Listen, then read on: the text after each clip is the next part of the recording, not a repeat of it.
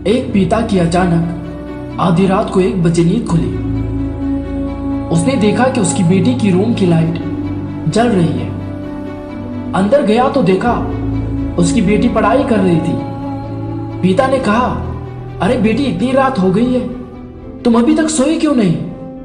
बेटी ने कहा, पापा, अभी तक तैयारी पूरी नहीं हुई, एग्जाम नजदीक है, सपने पूरे करने हैं, जागना तो पड़ेगा पापा जी। उस पिता की आंखों में आंसू आया और अपनी बेटी को खाली एक बात बोला कि बेटी, रुकना मत, रात रात भर जाग कर पढ़ना, लेकिन रुकना मत। नींद आए तो चाय पी लेना, लेकिन रुकना मत। मंजिल को पाना है तो रुकना मत।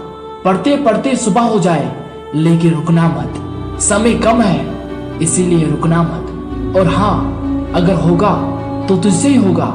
ट्रेन को खींचने वाले तुम एक ही इंजन नहीं हो, बट बहुत सारे हैं। जो काम तुम नहीं करोगे वो कोई और करेगा, इसीलिए रुकना मत। ये पढ़ाई कोई बोझ नहीं है, बल्कि इस ज्ञान की नाव पर जो सवारा हो जाएगा, उसको ये नाव कहीं पर भी ले जाएगी, अच्छे से अच्छी जॉब दिलाएगी, इज्जत, दौलत और शोहरत सब दिलाएगी। इसीलिए रुकना मत। जगमा 4th क्लास में 2 बार फेल हो जाता है, 8th स्टैंडर्ड में फिर से 3 बार फेल हो जाता है, लेकिन दिल से आवाज आती है, जगमा, रुकना मत।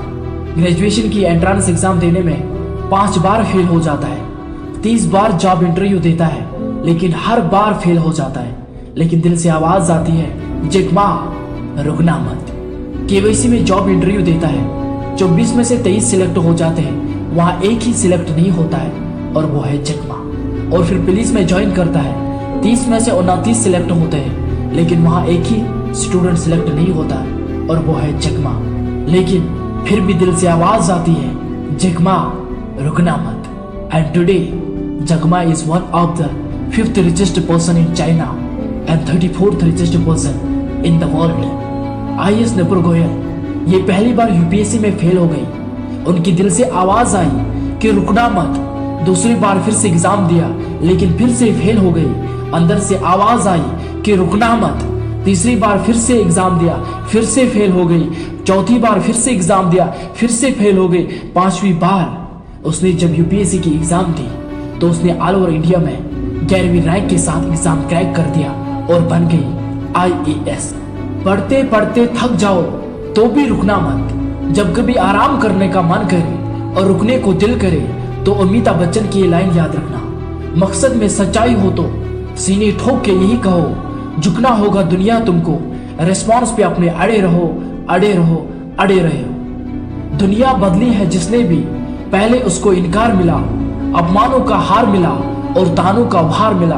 बस अपने विश्वास पे अड़े रहो, अड़े रहो, अड़े रहो। जो जवानी में मेहनत करता है उसको बुढ़ापे में मेहनत नहीं करनी पड़ती है, और जो जवानी में मेहनत नहीं करता है उसको बुढ़ापे में बहुत ज्यादा मेहनत करनी पड़ती है। दुनिया तुम पर तरस खाए ऐसा मत बनो, दुनिया तुम्हारे लिए तरस जाए ऐसा बनो। उधर इधर घूमना बंद करो, बर्थडे सेलिब्रेशन अटेंड करना बंद करो, अपने फ्रेंड्स के साथ घूमना बंद करो, क्योंकि दुनिया का रिचेस्ट पर्सन एलन मस्क ने अपनी 45वां बर्थडे कैसे मनाई पता है आपको?